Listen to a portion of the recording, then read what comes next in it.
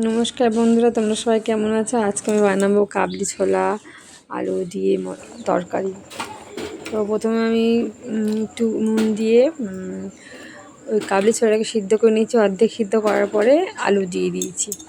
আমি যেহেতু একা একা ফোন ধরে ভিডিও করি, তো ওই জন্য অসুবিধা হয়, একটু দেরি হয় দেখাতে। কিন্তু কী করবো বলো, কেউ তো ক্যামেরা করে দেবে না, ভিডিওটা করে দেবে না, কেউ ফোন ধরবে না। ওটা সিদ্ধ করে নেওয়ার পরে কড়াইতে গোটা জিরে, তেজপাতা, শুকনো লঙ্কা সব দিয়ে দিলাম।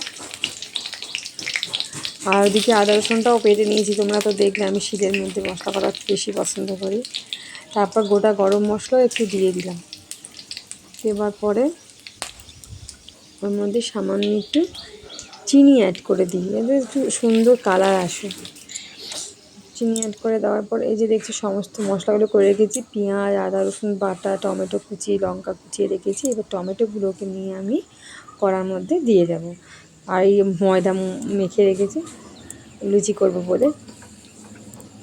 এবার ভাজা ভাজা টমেটোগুলোকে দিয়ে দিলাম। টমেটোগুলো খানিকক্ষণ হওয়ার পরে, নরম হয়ে যাওয়ার পরে তারপর পেঁয়াজগুলো দেবো। পেঁয়াজগুলো দিয়ে বেশ খানিকক্ষণ নাড়াচাড়া করার পর একটু নুন দিয়ে দিতে হবে, যাতে একটু নরম হয়ে যায়।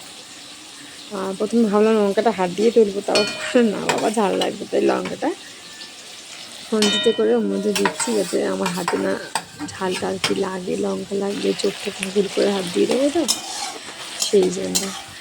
এবার এটা বেশ খানিকক্ষণ ধরে নেড়ে নেড়ে নেড়ে নেড়ে তারপরে আদা বাটা, যে আদাটা বেটে রেখেছিলাম তোমরা দেখেছো, আদা বাটা, রসুন বাটা সব মিশিয়ে ভালো করে নাড়তে হবে। অনেকক্ষণ ধরে নাড়তে হবে। মশলা বেশ ভালো করে কষে নেওয়ার পর বেশ আমি খানিকক্ষণ কষে নেওয়ার পরে ওই জিরে, ধনে, শুকনো লঙ্কার গুঁড়ো, তারপরে কাশ্মীরি লঙ্কার গুঁড়ো, একটু হলুদ গুঁড়ো দিয়ে একটু জল দিয়ে ভিজিয়ে রেখেছিলাম, ওটাকেই ওর মধ্যে মিশিয়ে দিলাম। তো বেশ করে নেড়ে নেড়ে কষিয়ে নেওয়ার পরে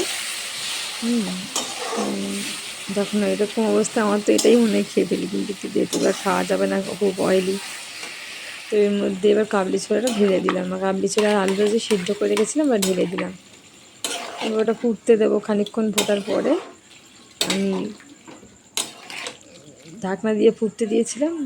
তো ফুটতে দেওয়ার পরে বেশ খানিকক্ষণ নেড়ে নেড়ে ফুটতে দেবো, মিশিয়ে দিলাম।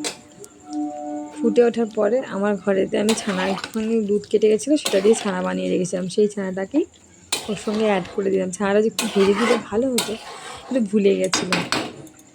তো দিয়ে আরেকটু ফুটিয়ে নিয়ে কাসুরি মেথির গুঁড়ো ছড়িয়ে দিয়েছি, কাসুরি মেথিটা একটু রোস্ট করে নিয়ে ছড়িয়ে দিয়ে আমার রেডি হয়ে গেছে। আমি সার্ভ করবার জন্য নিয়ে এসেছি ঘরেতে লুচি আর কাবলি ছোলা আলুর তরকারি। কেমন হয়েছে জানি।